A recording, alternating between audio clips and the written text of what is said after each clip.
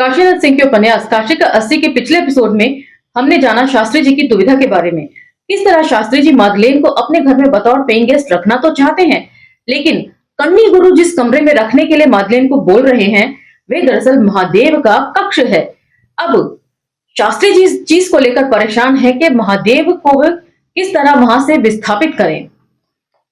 उसके बाद हमने चर्चा करी किस तरीके से रात को सोते वक्त शास्त्री जी और पणाइन को अलग अलग सपने आते हैं, जहां एक तरफ पणाइन को सपना आता है कि मादलेन यदि पेइंग गेस्ट के तौर पर उनके घर में रहने लगी तो क्या क्या काम उन्हें करना पड़ेगा, वे घर के कामकाज से कभी फुर्सत ही नहीं पा सकेंगी। और पंडित जी जो हैं यानी कि शास्त्री जी, उनके रंग मिजाजी से भी वे वाकिफ हैं। वहीं शास्त्री जी को सपना आता है कि स्वयं महादेव प्रकट हुए हैं और उनसे कह रहे हैं कि उन्हें ऊपर खुली हवा में ले चलें। एपिसोड हमने यही समाप्त किया था और इसके साथ ही इसकी चौथी कथा का भी समापन होता है। आज से हम इसके 5वें और अंतिम कथा की तरफ बढ़ जाएंगे, तो चलिए मेरे साथ। जय भीम, मैं शालिनी और आप देख रहे हैं अंबेडकर नामा। कौन ठगवा नगरिया लूटल हो।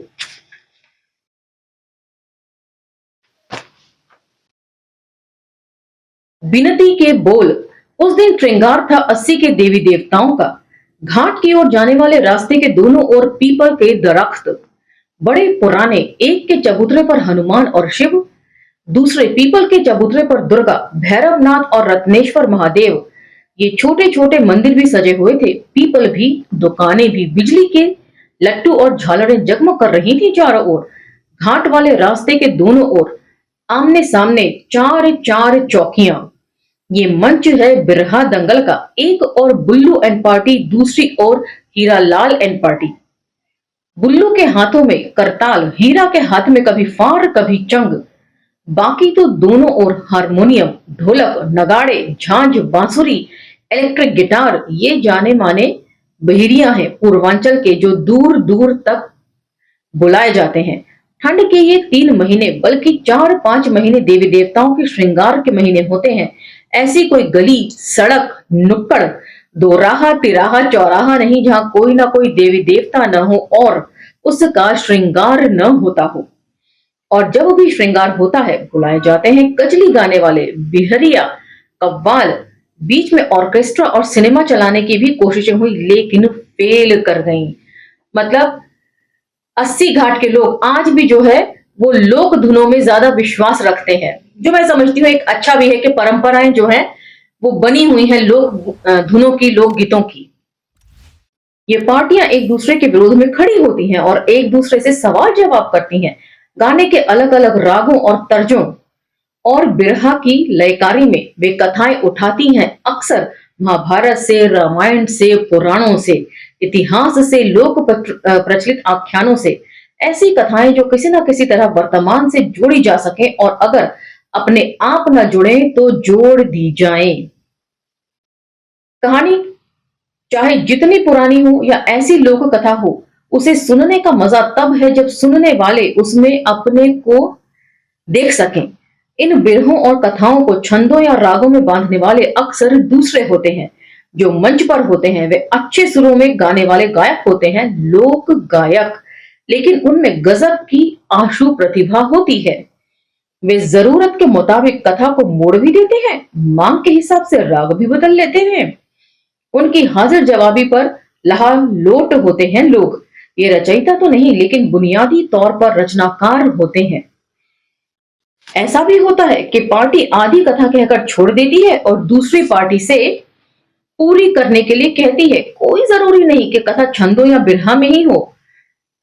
बिरहिया संवाद या गद्य का भी सहारा लेता है। वह अपने विरोधी पर व्यंग्य भी करता है, उसका मजाक भी उड़ाता है। सुनने वाली जनता चाहती भी यही है, वह रस लेती है इसमें, वह खुश होती है। बिरहिया को 10, 20, 50, 100 के नोट देती है, नोटों की मालाएं पहनाती है।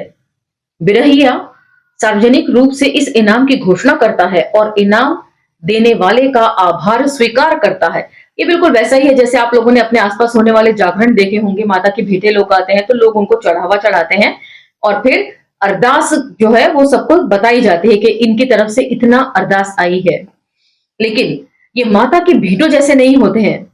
ये एक दूसरे से प्रश्नों के माध्यम से बातचीत भी करते हैं और एक दूसरे पर तंज भी कसते हैं और उसका जवाब देना होता है दूसरी पक्ष को। आज की फिल्मी धुनों ने काफी कुछ बर्बाद किया है परंपरागत बिरहा को। जिस तरह बिरहा के विषय में विस्तार हुआ है, आज की राजनीतिक, सामाजिक, सांस्कृतिक समस्याएं उसका विषय हुई हैं, उसी तरह हर मौके पर लोक गीतों की शैलियों और लोक धुनों के बीच फिल्मों की लेटेस्ट धुनें जिसमें पॉप और वीडियो म्यूजिक भी हैं, बीच बीच में पिरोए जाने लगी हैं। कभी बिरहिया निर्गुणों के माध्यम से लड़ते भिड़ते थे, जैसे मान लीजिए एक ने गाया, तो अब लेखक जो है वो बता रहे हैं कि एक जमाना ऐसा भी था जब लोक धुनों पर आधारित होते थे ये बिरहा, एक दूसरे से नोक झोंक, एक दूसरे पर छीटाकशी करना।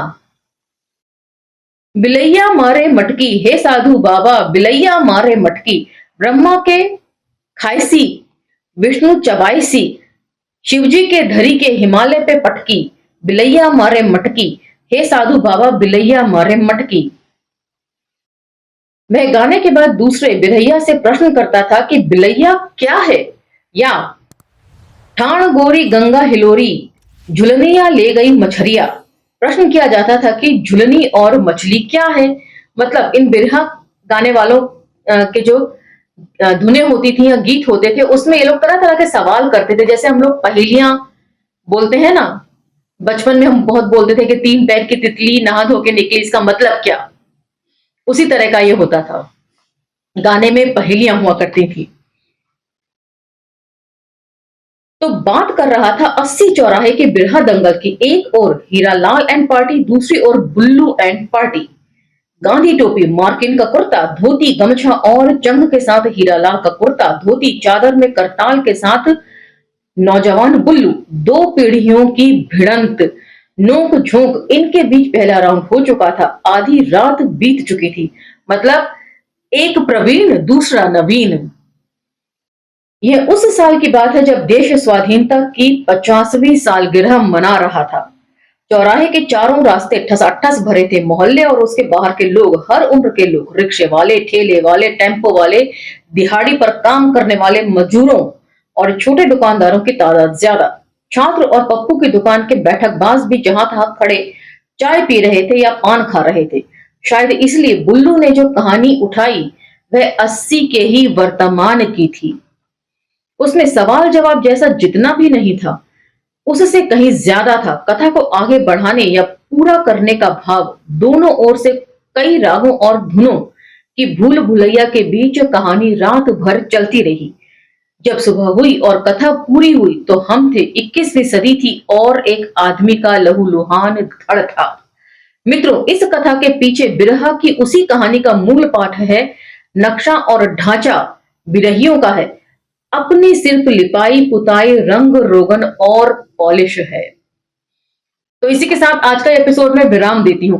अगले एपिसोड में जानेंगे कि आखिर ये बिरहा गाने वाले लोग जो थे वो ऐसे कौन कौन से ज्वलन प्रश्नों को खड़ा कर रहे थे जिसकी वजह से मारकाट चालू हो गई और इस तरह की सिचुएशन बन गई सुबह होते होते।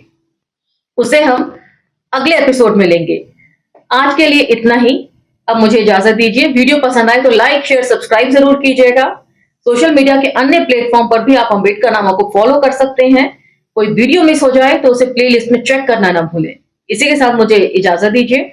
मिलते हैं अगले एपिसोड में अगली वीडियो के साथ। जय भीम, धन्यवाद।